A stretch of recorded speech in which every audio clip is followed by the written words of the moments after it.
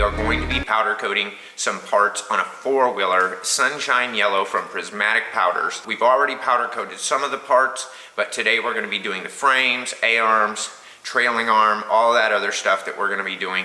So we're going to go ahead and show you that in this video. Thank you for tuning in. Many of you are new subscribers who have come since we've been making short content, so this may be one of the first longer form pieces of content that you've seen from us. I don't want to drag this out as a long intro. Some great things have happened with this. We got a new 100 CFM Ingersoll Rand air compressor. Super excited about that. If you've been following the channel for the last 4 years, then you know we've been looking for a very good gas-powered air compressor. We do have our Viper Van Air 70 CFM, and while we were having some issues with it when the weather is extremely hot, when the weather is cooler, it really runs good. So we have two good air compressors, one that we can use for our blast cabinet, one that we can use for our blast shed where we do our bigger parts. Also, if you have any questions during the video, comment down below. We'd love to hear from you. Now let's jump into the video. Here is the new Ingersoll Rand 100 CFM air compressor. It is a 1998, but there's only 1,162.9 hours on it. And if you look at the last service date, it was 10/21, but it was 1,161 hours. There's literally been 2 hours on this machine since the last service, although it was in 2001. They said it was sitting in a shop, so it was out of the weather. The starter went out. We're gonna put a new starter in it today, but it works great and we're super excited about it. For those of you who haven't seen it, this is our Scat Blast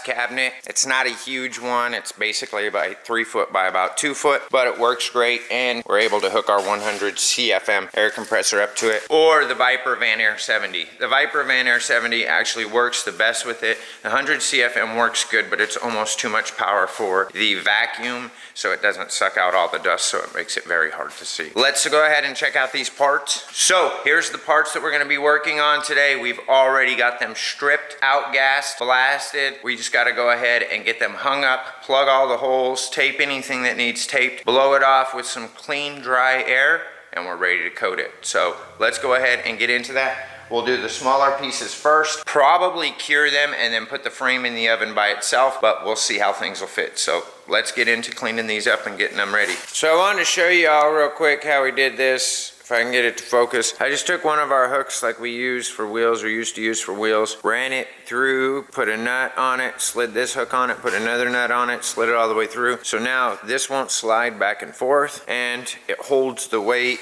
no problem. So now we can move it, we can grab it from right there and be able to move it. Usually what we'll do is we'll hook a hook in another hole down here, and then we can grab it at one spot and at another spot, so we have 2 spots to be able to hold it. I think we're gonna try and get that on video to show you. This is if you don't have a rack. We still need to build a rack. The rack we had before doesn't work for this. So we're gonna have to build us another rack, but since we don't have one, we use this.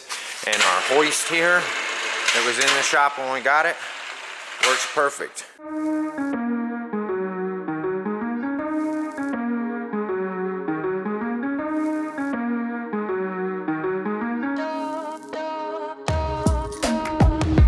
Here's a quick tip.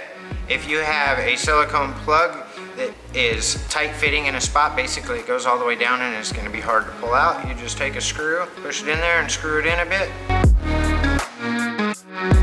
Now you have a handle.